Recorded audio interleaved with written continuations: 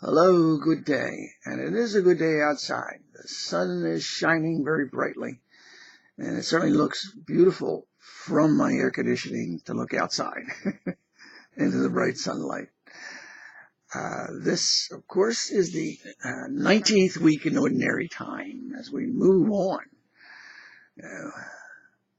First reading is from 1 Kings chapter 19, verses 9a, then 11 to 13a. Not in the spectacular demonstration of natural might, the strong, the heavy wind, the crushing rocks, the earthquake, not even the fire, but rather in the tiny whispering sound does God make his presence known. Elijah stood at the entrance of the cave. We had previously taken shelter, but now with his face hidden in the cloak, for no one can see the face of God and live.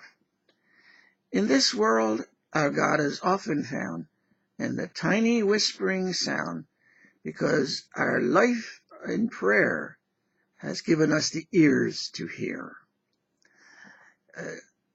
In Matthew chapter 14, verse 22 to 33, Jesus dismissed the crowds after having fed them.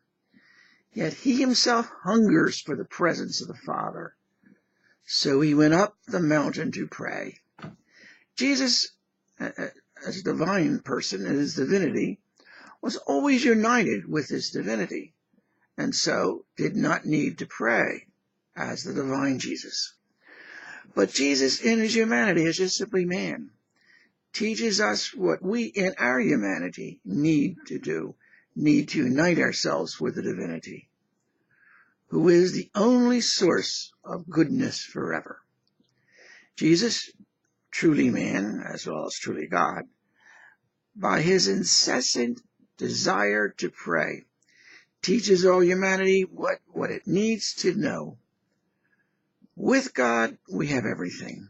Without God, we have nothing. The disciples were in a boat a few miles offshore that was being tossed about by the waves, for the wind was against it. Jesus came toward them walking on the water. When the disciples saw him walking on the sea, they were terrified.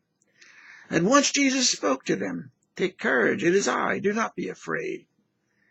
We take Jesus as our strength. There can be no fear or worry. Peter is overwhelmed with the sense of strength that the Lord gives him, and so asks for the privilege to likewise walk on the water as the Lord does.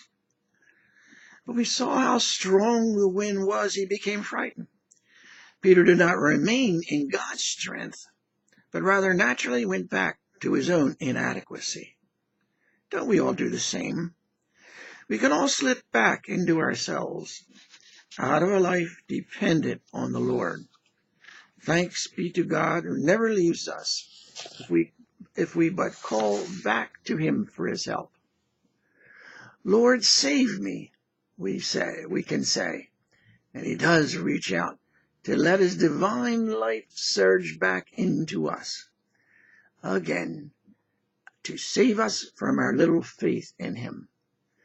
Our natural instinct is to live our lives within ourselves, independently, without God. However, without God, we sink into difficulties and problems we cannot solve on our own. Like the Transfiguration, Christ has provided yet another sign of his divinity, so that they did him homage, saying, "Truly, you are the Son of God."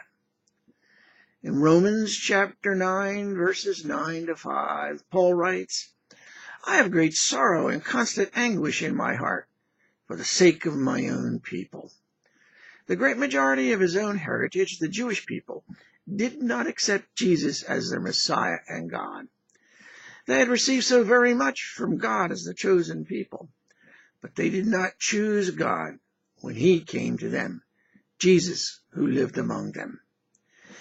He came to what was his own, but his own people did not accept him.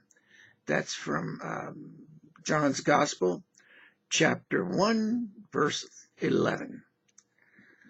From them, according to the flesh, is the Christ, who is over all, God blessed forever. Was the last verse of the second reading. Jesus was a Jew, as were his mother and his adopting father. The vast majority of the people that God chose rejected the God that chose them to be his own people.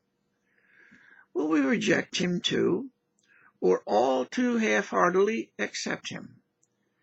Jesus is the Messiah, the Christ, our God, who is blessed and cherished forever. May God bless you all, as the Holy Spirit works in all of us to make us his holy people.